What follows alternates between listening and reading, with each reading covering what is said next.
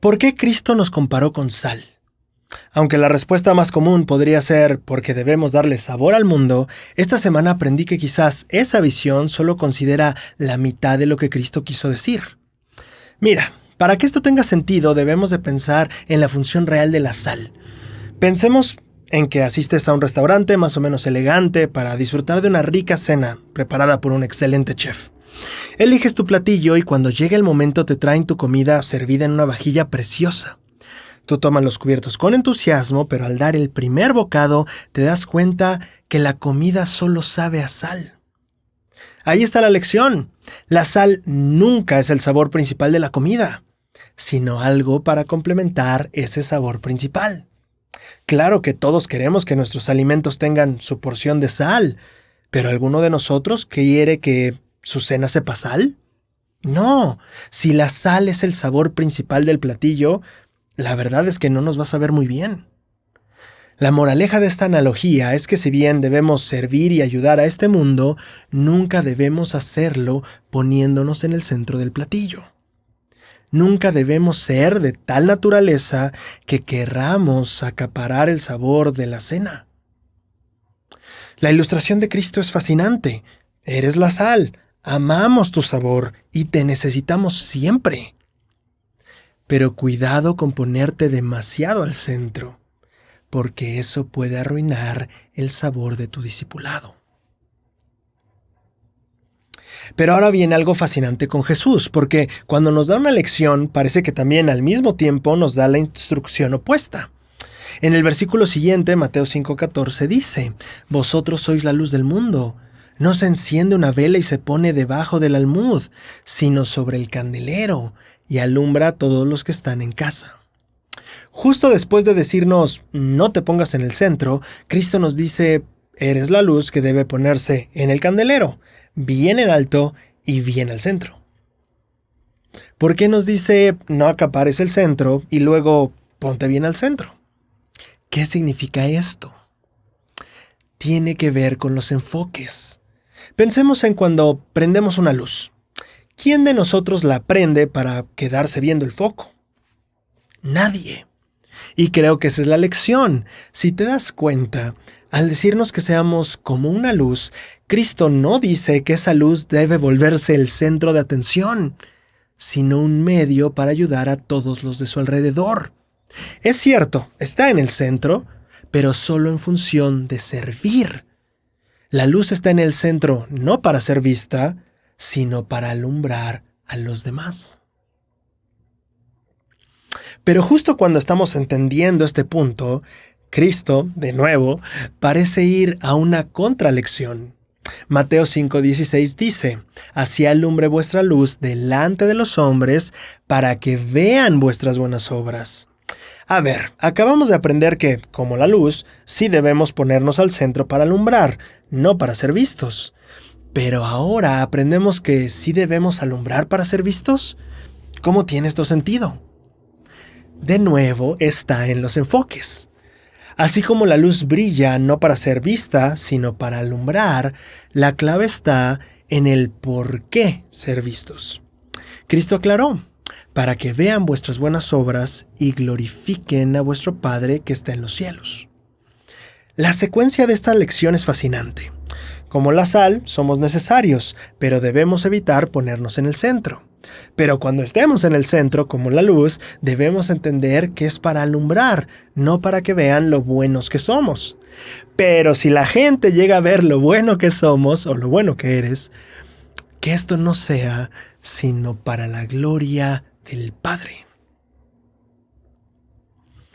Cristo nos da una lección de servicio y humildad, y de caridad y sencillez.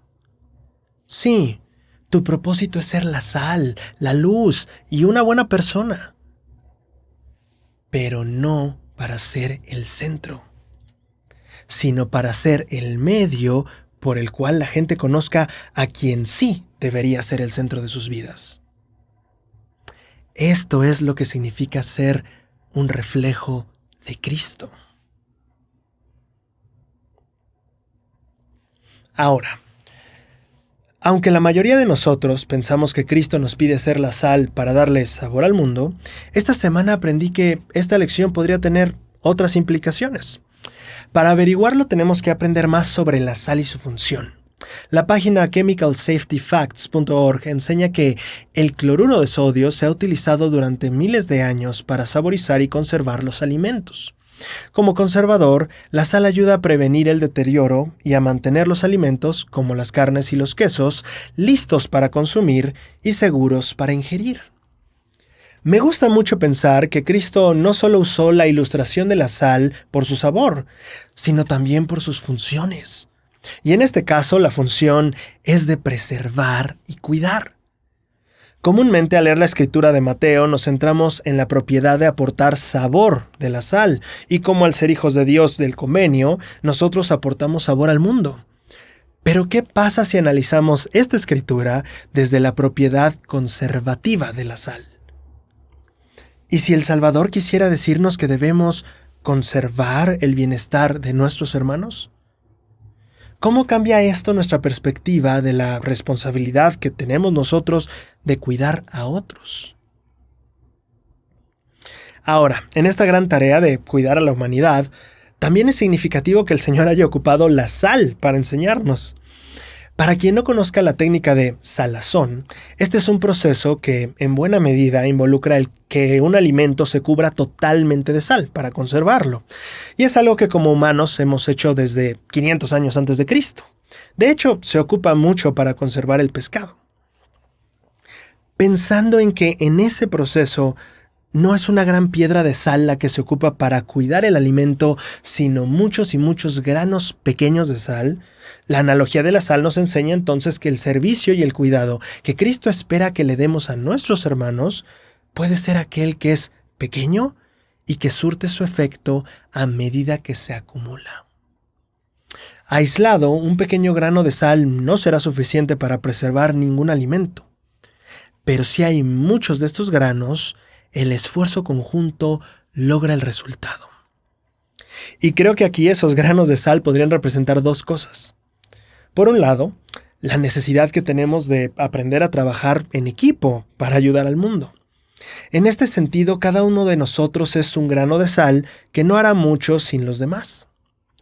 Por otro lado, y el enfoque en el que quiero centrarme ahorita, es donde el grano de sal no representa a una persona sirviendo, sino cada acto pequeño de servicio y bondad que tenemos los unos por los otros.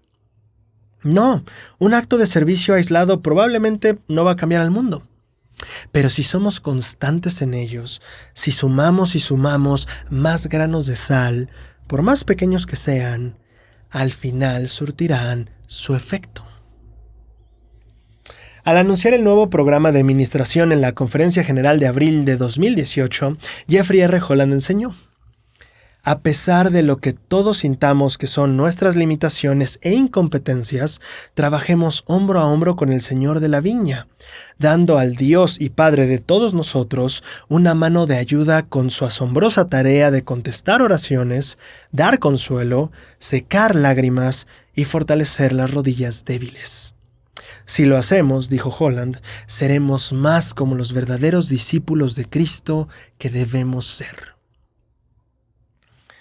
Este nuevo enfoque en el cuidado de los demás tiene todo que ver con Cristo diciéndonos: ustedes son la sal de la tierra. Tal vez no sean muchas manos, tal vez haya mucho trabajo que hacer, tal vez sientan que sus esfuerzos no rinden muchos frutos. Pero necesito esa sal. No sería lo mismo sin ustedes.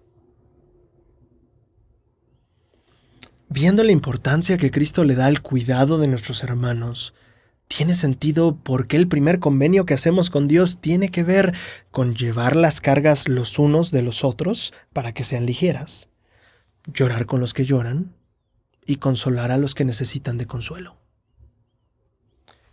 En aquel sermón, Cristo nos estaba enseñando cómo guardar nuestro primer convenio y ser buenos discípulos suyos. Porque sí, en esos pequeños actos de servicio, en aquella sonrisa, en aquel abrazo, en aquel tiempo para escuchar que te diste con tu hermano? Tú te volviste aquella sal que Cristo necesita para este mundo.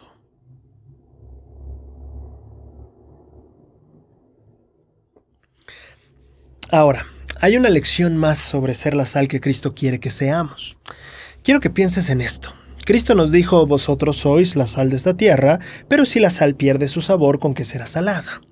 Claro que aquí la sal está valorada por su sabor, pero cuando le ponemos sal a la comida, ¿es para crear un sabor o para acentuar el sabor que ya tiene? Esto es muy importante. El sabor único del jitomate en la sopa no se crea por la sal. Por más sal y sal que le pongamos a un aguacate, este no sabrá a jitomate. Y por más sal que le pongas a una sopa, esta no te va a saber a un corte de carne. La sal no crea necesariamente un sabor, sino acentúa y resalta el sabor único de cada alimento. Teniendo esto en cuenta, ¿cómo somos nosotros la sal del mundo? Podría ser que el enfoque adecuado sea entender que el mundo en sí, al igual que la comida, ya tiene un sabor y que nuestra labor como sal del mundo es más bien acentuarlo. Yo pienso que sí. Creo que una manera en la que, como discípulos de Cristo, podemos ser la sal de la tierra es resaltando las cosas buenas que los demás tienen, sus dones, su personalidad o sus esfuerzos. Ahora, esto, claro que muchas veces es difícil de hacer. Ver los errores y las carencias de los demás es sumamente fácil. Todos podemos hacerlo sin mucho esfuerzo. Pero lo que Cristo nos pidió en este sermón es justamente que vayamos en contra de la corriente de nuestro propio río de pensamientos, que vayamos cuesta arriba y busquemos las cosas buenas que nuestros hermanos son y hacen, y las resaltemos. En la Conferencia General de abril de 1992, el elder Marvin J. Ashton compartió la siguiente historia.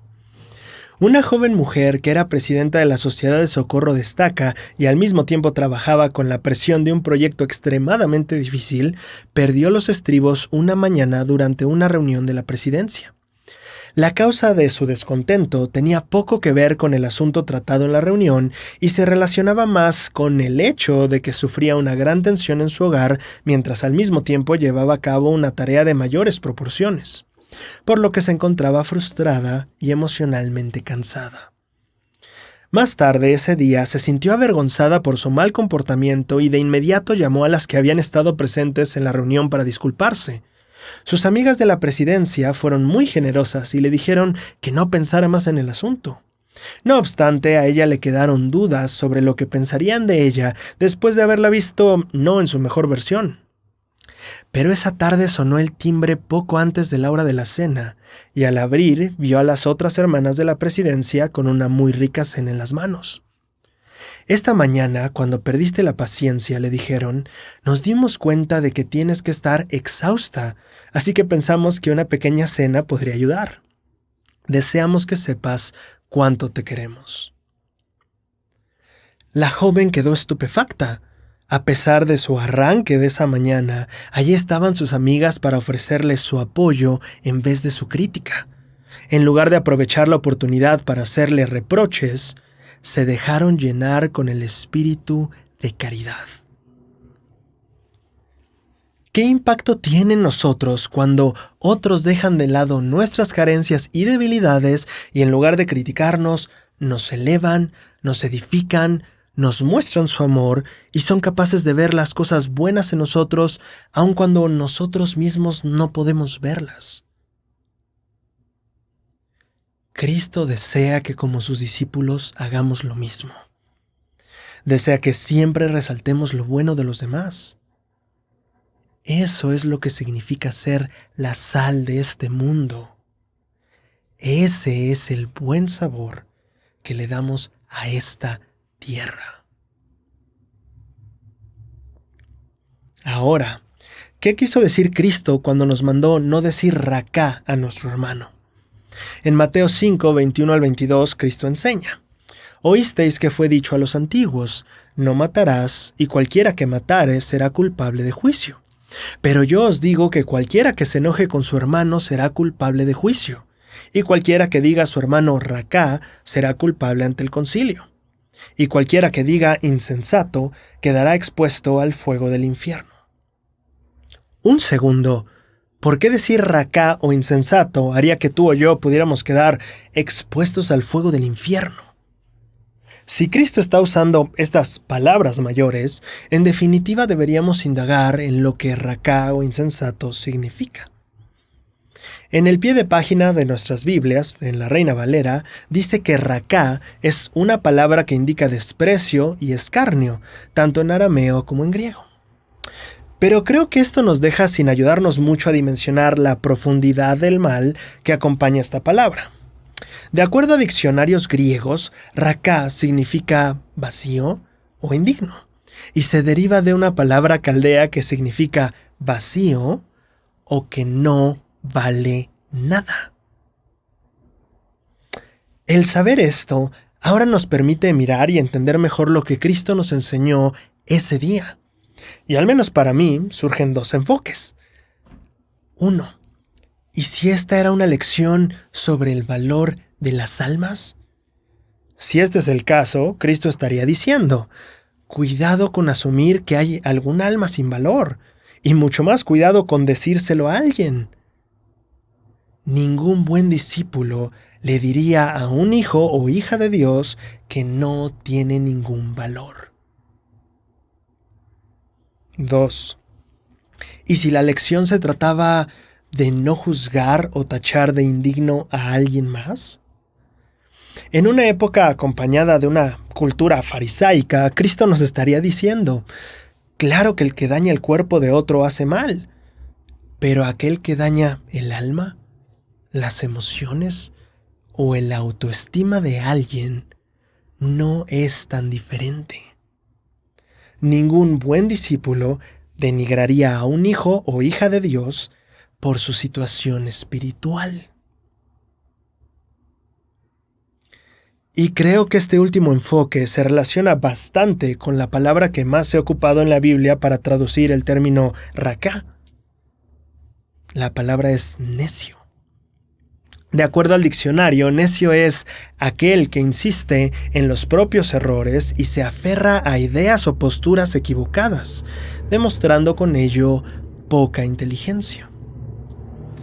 Esta idea de que el necio es aquel que se aferra al error es muy, pero muy cercano a nuestra cultura santo de los últimos días, en la que predicamos y tratamos de ayudar a otros a venir a la verdad, dejando el error. Y en el proceso te aseguro que todos hemos encontrado al menos uno que otro necio. Y si lo que Cristo nos estaba advirtiendo era que el error está precisamente en concluir en nuestras mentes y corazones que esa persona jamás crecerá ni progresará. Y si el error es justo no ver el valor de esa alma por lo insistente que es en sus propias posturas o conductas. Una amiga escribió sobre su experiencia al aprender sobre este tema. Caí en la cuenta, dijo ella, avergonzada y triste al mismo tiempo, de que yo había llegado a pensar estas palabras sobre ciertas personas. En repetidas ocasiones las juzgué diciendo, necio, no vale la pena el esfuerzo de seguir enseñándote. De alguna manera, me creía parte de las vírgenes prudentes acusando a las insensatas. Lamentablemente, una de las personas que recibió mis juicios y que no tenía por qué escucharlos fue mi hermana menor. Tras muchas veces de querer ayudarla a mejorar varios aspectos de su vida, fueran personales o espirituales, y no notar resultados visibles, llegué a caer en el error de decirle, necia, nunca vas a cambiar. Ya no me esforzaré por estar repitiéndote las cosas si nunca las harás. En ese momento caí en el error del orgullo de juzgar su propio proceso y cambio. Nunca pensé en lo que ella podría haber estado sintiendo cada vez que yo le decía esas palabras. Nunca pensé en el esfuerzo que ella podría estar poniendo en mejorar. nunca noté los pequeños detalles. Al expresar palabras tan fuertes, no me ponía a pensar que no estaba demostrando mi amor y mi apoyo a mi hermana, quien tal vez necesitaba de mí para acompañarla en su proceso de cambio, para estar ahí en sus logros y en sus caídas. Yo no soy nadie para decir que una persona no puede cambiar para ser mejor. Si Cristo me manda seguir esta ley mayor, me esforzaré por cumplirla, por amor a Él y, en mi caso, por amor a mi hermana, quien necesita de mí. En la Conferencia General de abril de 2010, el elder Gregory A. Switzer enseñó: quizás a veces juzgamos rápidamente a las personas, lo cual puede cambiar o redefinir nuestra relación con ellas. Con frecuencia se emiten juicios incorrectos porque contamos con información limitada o porque no vemos más allá de lo que está inmediatamente frente a nosotros. Cuando Cristo dijo, ay de aquel que diga racá a su hermano, nos estaba diciendo, cuidado con juzgar deprisa.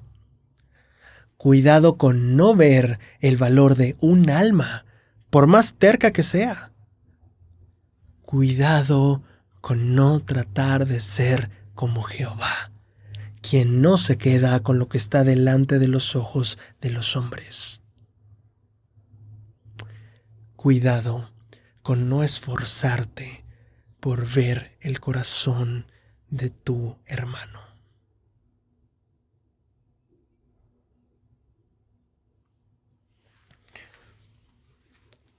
Ahora, ¿Cristo rechaza alguna ofrenda? Si bien hemos hablado mucho de que Cristo acepta nuestra fe y ofrendas por más pequeñas que puedan ser, esta semana encontré una ofrenda que Él no recibió. Durante el Sermón del Monte, Mateo 5, 23 al 24, dice que Cristo enseñó: por tanto, si traes tu ofrenda al altar y ahí te acuerdas de que tu hermano tiene algo contra ti, deja ahí tu ofrenda delante del altar y ve, reconcíliate primero con tu hermano y entonces ven y presenta tu ofrenda. Aquí Cristo nos enseña no de una ofrenda en particular, sino de una situación en específico que en cierto modo arruinaría nuestra ofrenda. Y es cierto, en este ejemplo Cristo no rechaza la ofrenda, pero tampoco dice que la recibe. Su instrucción es: no me la presentes hasta que hayas hecho esto antes. ¿Qué nos enseña esto sobre nuestras propias ofrendas y nuestra relación con los demás? Porque si hay una situación en la que Cristo me pediría no presentar mi ofrenda y esta no es ningún pecado, esto puede enseñarnos mucho sobre su carácter. Lo primero que despierta nuestra atención es notar lo mucho que a Cristo le importa nuestra relación con los demás, tanto que antes de buscar redimir nuestra relación con la divinidad, nos pide reparar nuestras relaciones terrenales. Es como si Cristo dijera: no, la rectitud y el discipulado no deberían lograrse a costa de tu prójimo y su bienestar. Si has dañado a alguien, esa ofrenda aún no está lista. Ahora, esto no quiere decir que tengamos que caerle de maravilla a todos, pero sí implica que de nuestra parte nunca hubo ninguna intención de hacerles mal. Y esto es fascinante porque muchas veces pensamos que la ofrenda que Él quiere ver es ese gran sacrificio de nuestra parte. Pero a veces es tan sencillo como los tratos que tenemos con los demás. ¿Recuerdas Encanto, la película de Disney? Esta película cuenta la historia de una familia que era muy distinguida por los milagrosos poderes que su casa mágica les daba. Pero Maribel, la protagonista de esta historia, jamás recibió ningún don mágico o milagroso de parte de la casa.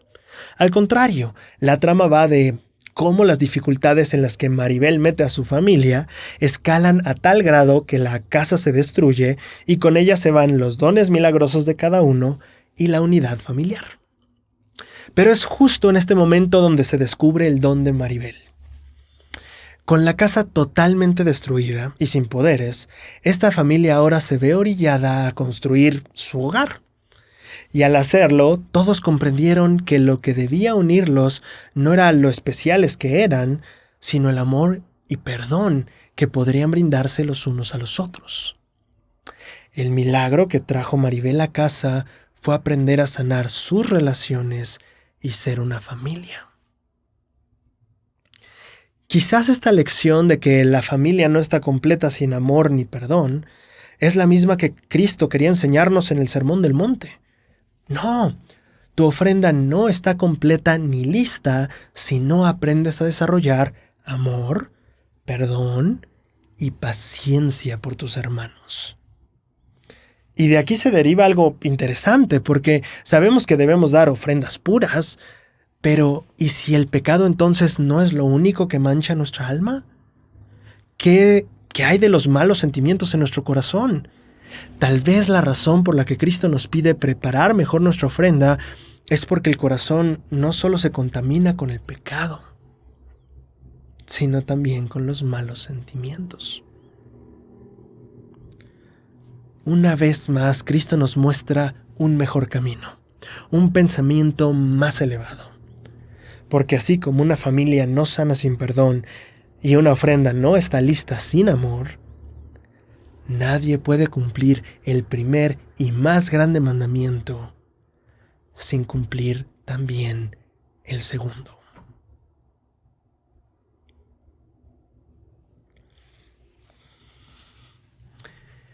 ¿Y si vemos el Sermón del Monte como un discurso?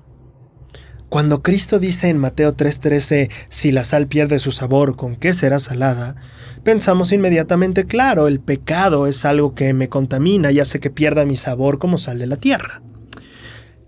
Pero ¿y si vemos esta escritura como parte de un discurso en lugar de como una declaración aislada? ¿Esta sería la única lección? ¿La contaminación del pecado? Pensemos en el discurso desde su inicio. ¿Con quiénes estaba hablando aquí? ¿A quiénes se estaba dirigiendo? El versículo 13 habla de la sal, pero ¿de qué hablaron los dos versículos anteriores? Mateo 5:11 al 12, Cristo dice: Bienaventurados sois cuando por mi causa os vituperen y os persigan, y digan toda clase de mal contra vosotros mintiendo. Gozaos y alegraos, porque vuestro galardón es grande en los cielos, pues así persiguieron a los profetas que fueron antes de vosotros. ¿A quiénes les estaba hablando? ¿A quienes serían vituperados, perseguidos y difamados? Anteriormente, cuando leí el Sermón del Monte, pensaba que se trataba de enseñanzas aisladas y fracasaba en todo intento de ver cómo se relacionaban las unas con las otras. Me parecía un poquito de luz aquí, otro por allá, una buena idea o enseñanza aquí y luego otra por allá. Pero esta vez, al leer este versículo, me pregunté cómo se relaciona el ser perseguidos, vituperados y acusados falsamente con la sal cuando pierde su sabor. Y entonces, pensando y cuestionándolo así, es que nos damos cuenta que, de alguna manera, Cristo estaba dando palabras de ánimo a todos los perseguidos y vituperados, al decirles, a pesar de todo lo que pases, no pierdas tu sabor. Cuando tuve mi primera entrevista con mi presidente de misión, nos reunimos los 6 u 8 misioneros que formábamos el distrito para recibir una lección de los asistentes, mientras el presidente poco a poco nos pasaba uno por uno la entrevista. Mientras tomábamos la clase, uno de los asistentes nos pidió pensar en uno de nuestros conversos. Aunque era un ejercicio para ayudarnos a ver los bellos frutos de nuestro trabajo, yo era nuevo, así que no tenía nadie en quien pensar como misionero. Pero nuestro líder de distrito compartió algo que me hizo no necesitar de una historia propia para salir fortalecido ese día. Mayra, nombre cambiado por supuesto y los detalles lo mejor que los recuerdo. Mayra era una chica que había conocido la iglesia por medio de una amiga, pero que tenía una familia algo problemática. Y por problemática me refiero a severa o violenta. Desde el principio, esta joven enfrentó gran oposición a que escuchara el Evangelio, y todo empeoró cuando mencionó la idea de bautizarse. Ese día, las amenazas sobre no financiar sus estudios superiores y correrla de la casa no fueron tan intimidantes como la furia que sintió en la respuesta por parte de su papá. Con todo esto, Mayra quiso continuar. Yo nunca olvidaré el rostro de mi líder de distrito cuando nos contó lo que ocurrió el día que ella sería bautizada. Ese día Mayra llegó algo tarde, pero aún a la distancia los misioneros lograron ver algo inusual y hasta preocupante en su rostro. A medida que Mayra finalmente se acercó para encontrarlos, los moretones en su rostro se volvieron inconfundibles. ¿Qué pasó?, le preguntaron los misioneros. Bueno, le dije a mi padre que me bautizaría, y el conflicto escaló y escaló. Lo demás creo que es evidente, ¿no? Pero buenas noticias, dijo con una sonrisa en el rostro. Ya no vivo ahí. Como un joven que había crecido en una familia miembro de la iglesia que siempre apoyó sus decisiones espirituales, mi líder de distrito no podía creer lo que veía. ¿Pero y tus estudios, tu futuro y todo lo demás?, le preguntó sorprendido. ¿Por qué hiciste eso? Mayra respondió con una sonrisa en el rostro. Porque sé que es verdad.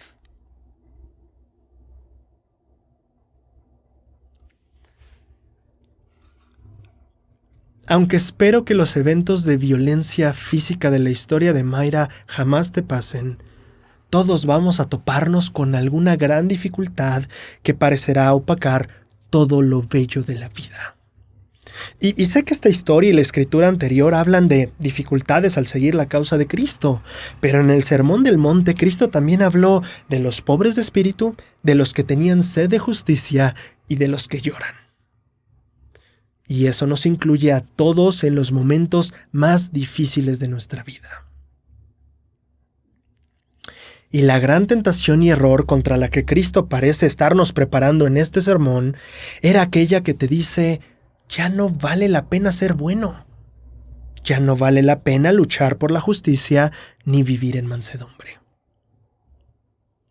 Y es entonces cuando dejas que tu bondad desaparezca por causa de quien no la ha sabido valorar o corresponder ni siquiera con lo más mínimo. La tentación, a la que espero que nunca cedas en esos momentos, es dejar que tales circunstancias apaguen permanentemente tu luz. Porque lo que Cristo está diciendo aquí, y este maravilloso sermón visto como un discurso dice, es: yo sé lo que estás pasando y sé que duele. La persecución duele, las difamaciones duelen y la injusticia duele. Pero recuerda que eres la sal. No puedes perder tu sabor. No puedes perder aquello que te hace único o única. Por favor, pase lo que pase, no pierdas tu brillo. No te canses. No desistas. No dejes que tu luz se apague, ni te atrevas a ponerla debajo del almud.